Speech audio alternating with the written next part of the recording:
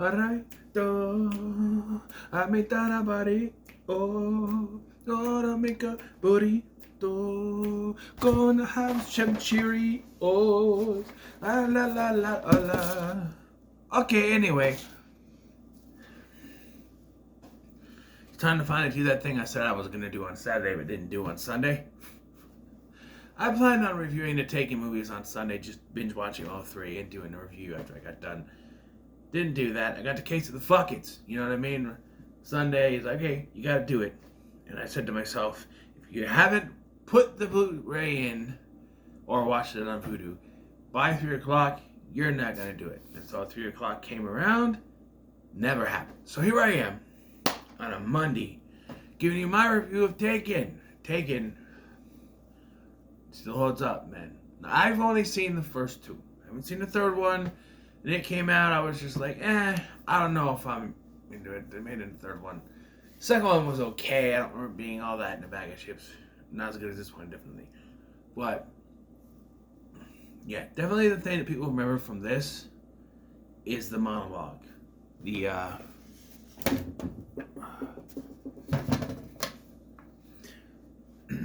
don't know who you are. I don't know what you want. If it's a ransom, I'll tell you right now I have no money. What I do have is a particular set of skills. Skills I have acquired over a long period of time. So you have one or two options. You can let my daughter go, and that'll be it. I will not pursue you. But if you take her, then I will find you. Then I will come after you. I will find you, and I will kill you. And then you just hear that good luck. Which, we're going to talk about that later, but yeah. I remember seeing this trailer on TV and stuff. It was all over the place. And that's what they used in the trailer. It was, yeah. And it hooked you in, man. And I will venture to say that if it wasn't for Taken, John Wick wouldn't exist. Because if it wasn't for Taken, they wouldn't have these grizzled man goes out fighting people kind of movies. Something that Liam Neeson has built a career on with these Liam Neeson fights bad guys in a bunch of movies thing. And I would say that we wouldn't have John Wick. John Wick would not exist if Taken didn't happen. You know, one thing about John Wick that I do like better than Taken is that with John Wick, you don't know anything about his past. You know his wife has passed away, but you don't know anything. It's not until, you know, his dog gets killed and his car gets stolen that the guy's dad is like, you know whose car that is? It's John Wick. You are a dumb bastard.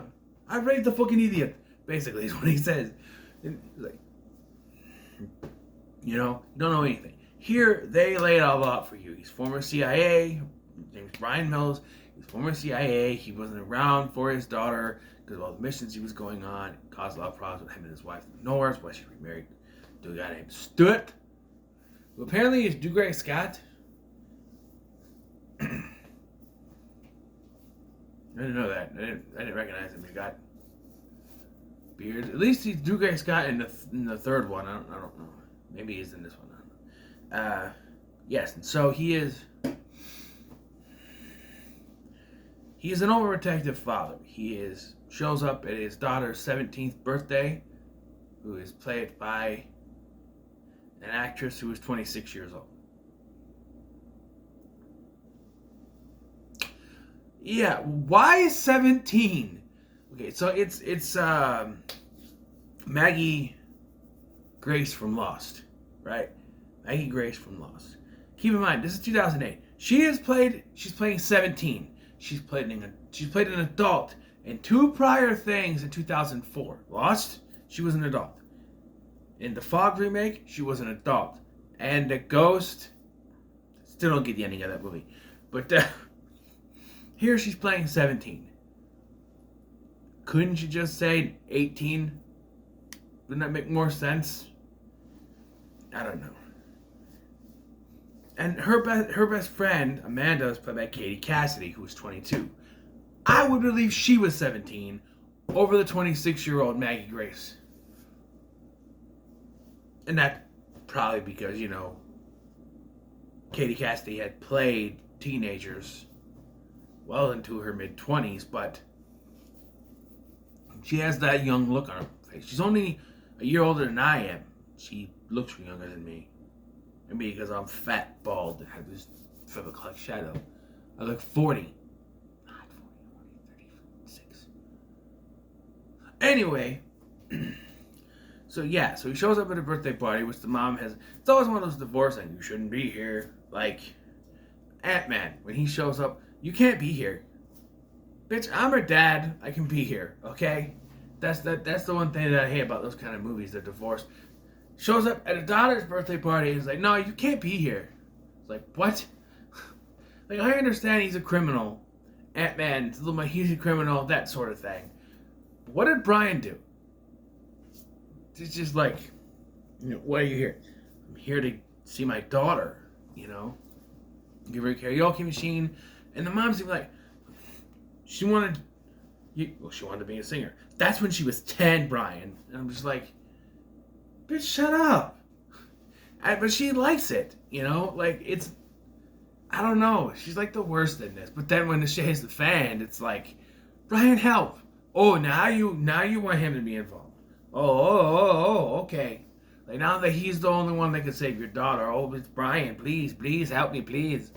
Not go away type thing.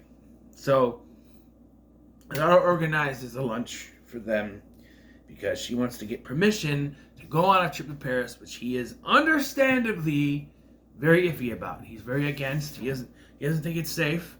He's absolutely right. It's not safe. Everything that he says, like something could go wrong. Not trusting. He is in the right here because, he is absolutely right about his reservations about this. Absolutely. No. And it doesn't help that he ends up allowing her to go. He says, you gotta call me when you get done with your flight and all that, which she doesn't because she gets distracted. Which, you're getting out of the airport, you're going, I'm thinking maybe she was gonna wait until they get there, but they get in there and they just start playing music. But, all you people, teenage girls, whatever, watch this scene.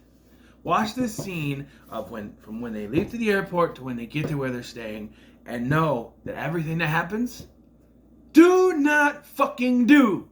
Okay? Do not do it. Number 1, do not accept a ride from any stranger. Okay? Even though it's a cab, still, this French guy comes up, oh, hey, cabs are so expensive. Do you mind if we share? And so they go, and so he ends up knowing where they live, where they're staying now. And then, best friend blurts out, oh, it's just the two of us, we're staying here alone, which, the daughter did not know about. Because the cousins are apparently on a trip, right? He invites them to a party, which I think is where originally he was going to take them. But upon hearing, or have them be taken, upon hearing that they live alone, there's no one else there, just do it in broad daylight, which I think is really stupid because there could be anyone around, but they've done this before, they know how to get away with it, I guess. So yeah, she blurts out, hey,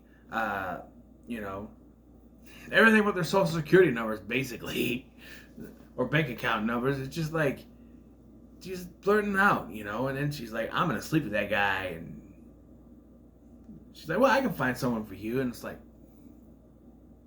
okay, is Katie Cassidy always had to play the promiscuous friend? Like, that one with Selena Gomez, and the, When a Stranger Calls remake, she's like the promiscuous friend or whatever. You know what I mean? But I guess she's good at playing that kind of character. I don't know.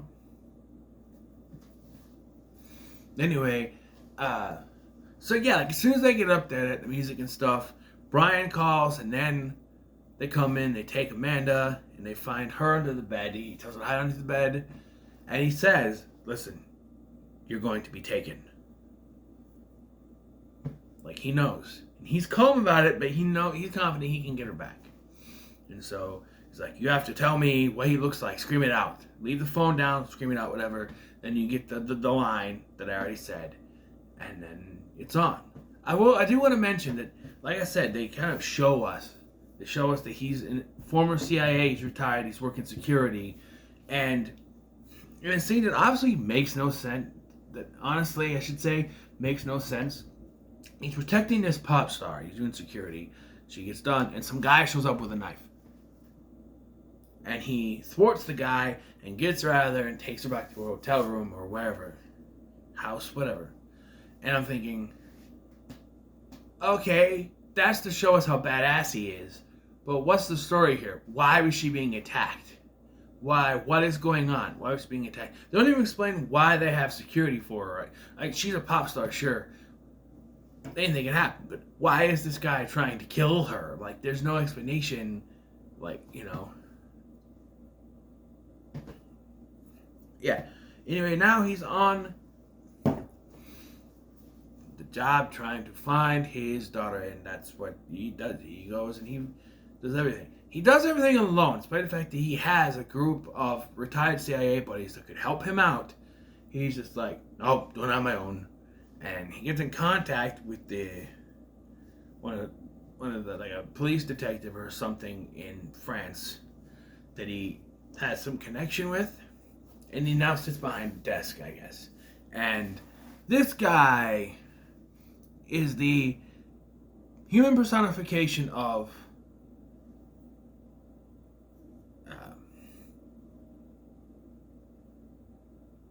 I had it in my head.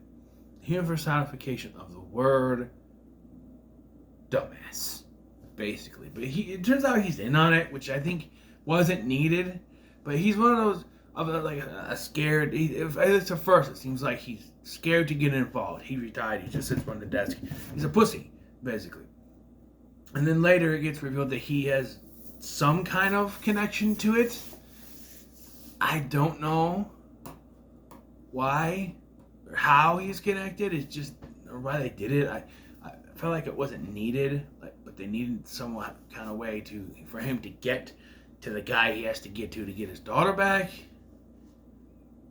I felt like you could cut the middleman out there and have the guy, like, he tells him who he is, but like the guy doesn't know anything, and so you have to push the runtime out so he can just go hunt this guy and unrightfully shoot the guy's wife in the shoulder. Like, it's a flesh wound. She'll be fine. And it's like, you still shot her. Give my apologies to your wife. Mother, really? Yeah. At first, I thought, is this gonna be the guy, like the French officer guy, like in the Transporter movies that always helps? But no, he's apparently a bad guy, but doesn't, Another thing that's kind of iffy is that he's going through these places trying to find his daughter. He sees these women being used for prostitution and stuff. Like, his daughter is going to be used. And he just, except for one who may have a connection because he finds his daughter's jacket there, he just leaves them there. He's not, because at the end of the day, he's not trying to take down his whole empire. He's just trying to get his daughter back. It's not that he doesn't care. It's just the one thing he does care about the most is his daughter, and he'll do everything he can to get her back. As a father myself. Now, when I first watched this, I think I was either just became a father or was about to. I want to say it was after the second one, because I think I watched them both back to back. So, I don't know. But, yeah. Might have even been I was watching them both to get ready for the third one. I never went to see the third one. But, yeah, as a father myself, I get his point of view. Now, some people say that people are more protective of daughters than sons.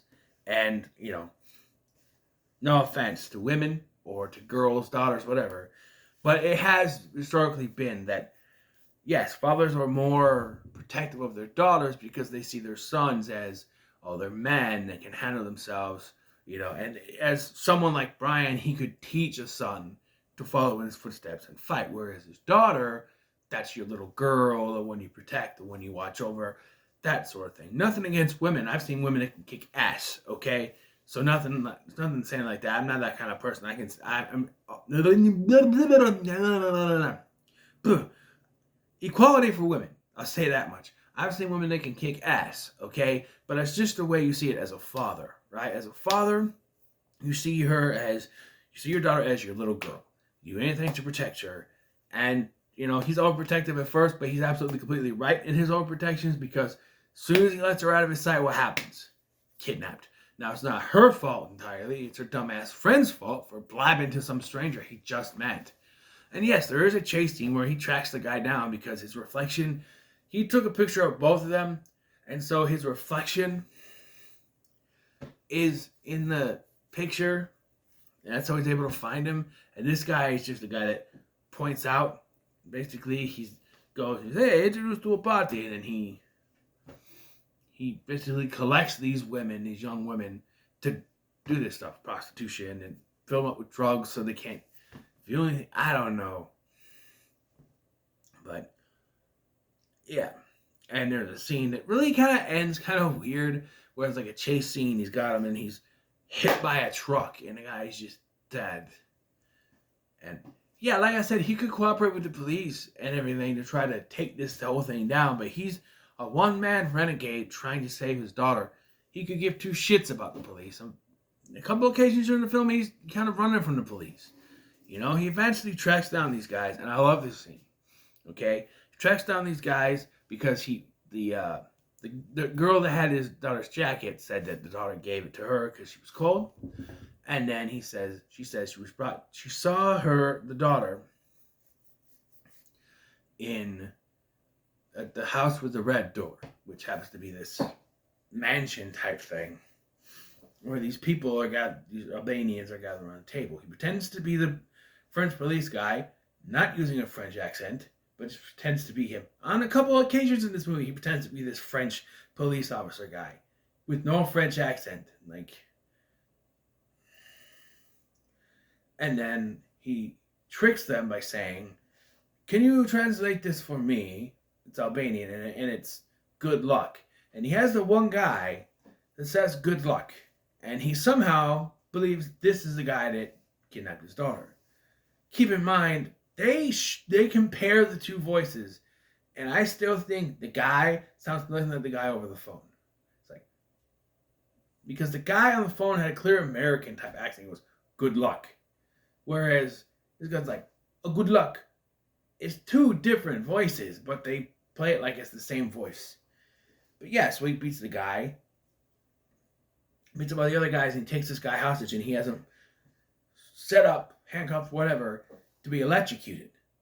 He's basically interrogating him to get information, and says, usually when you do these things, power goes out, and you don't have enough power to keep going. But you know what, France, Paris, that's a power to sustain, so I can leave it on and just let you fry, basically, is what he says. And yeah, so he interrogates him, he gives him what he wants, and he's like, "What? Wait a minute, I thought you I don't care," basically. It's a Harrison Ford interview. I don't care, basically. Lets him die, because as he said, "I will find you, and I will kill you." Kept up on that promise, didn't he? So he ends up finding this other guy, and he finds his daughter is being sold on the black market, basically, is what it is. And he keeps telling this guy, buy it, buy her. I'm like, just push the button yourself, dude. It's right there. Eventually, he gets the hint and goes, and yeah, and then eventually rescues his daughter. After killing a bunch of people, and there's the car chases and explosions and stuff like that, and then he gives the daughter back to the mom and Stuart, and everything is hunky-dory again, it seems like. Things. And he introduces his daughter to the pop star at the end of the film. So, yeah. So the lesson to be learned here, when you go to another country, don't blurt out everything about what you're doing. Don't blurt that you're going to be all alone. Don't talk to strangers. No. This guy's literally the first guy that walks up to them and they're like, "Oh, hey, hi, hot dude. we're from America, and we haven't been here before. We don't know where we're going. Oh, hey, you want to take a cab together? Okay, come to the place we're staying, even though we don't know who you are. Oh, hey, guess what? We're going to be alone. So you don't have to wait for the party to kidnap us. Just come and get us whenever. Basically what that is. It's just, But as much as I could say that it's a very stupid scene, it's also a very true scene. That can happen. There are people out there that are stupid enough to do that. Especially if they want to get laid. So, yeah, but don't do that. No, don't do that. Don't, no. But Taken, for me, it's pretty good. I enjoy it. It's almost to the moon. It's just like little things. Like there is some time during the film where it kind of slows down a little bit. It's paced great. Good pacing. It just kind of, when he's like, the beginning of the film, I'm sitting there going, okay, when are we getting to the kidnapping? Because it's just like the first 10 to 20 minutes, we're following this guy. It's like if we started with him talking to his daughter and she says she's going to France, and then the next scene, like he's had reservations about it. In the next scene, he changes his mind and she goes, and then it happens. That would be one thing. But we follow Brian doing his job. We find out exactly who he is, what he does, what he used to do, what he does now, that sort of thing. The whole thing with the pop star. While it comes around at the end of the film, it kind of sticks out as why are we here, sort of thing. But yeah, so it's as close to the moon as you can get without being a to the moon. I just feel it's just not to the moon territory, but it's pretty good, if you know what I mean. So yes, we are trudging forward. I've seen the second one. Don't remember much. I didn't remember much about this one. I remember the phone call. I remember, once I started watching, it's like, oh, okay, I remember now. But it's one of those things where you've seen it, you can't remember much, and then you start watching it. Oh yeah, this scene. Oh, you remember this? Oh yeah, this part. My mom does that all the time. I watch horror movies with my son, and she's like, oh yeah, this part. I'm like, I said it every time. She goes, well, sometimes I forget, But yeah. So what are your thoughts on Taken? Did you know they made a TV series without Liam Neeson because it's supposed to be like a prequel? I don't know if that would work. Like they did a Transporter series that was a prequel. I think it was anyway. That would work better than, like, yeah, you want to know what Brian Mills did when he was in the CIA, but it's not Taken because it's the CIA, not someone getting kidnapped. You don't want a movie called Taken where no one is taken. Right? So anyway, or a TV series called Taken, whatever. It's in that franchise, so you know what I mean. But anyway, what are your thoughts on Taken? Leave a comment below, make sure to like, share, and subscribe. Thanks for watching. I've been Scotty, and I'll see you in the next one.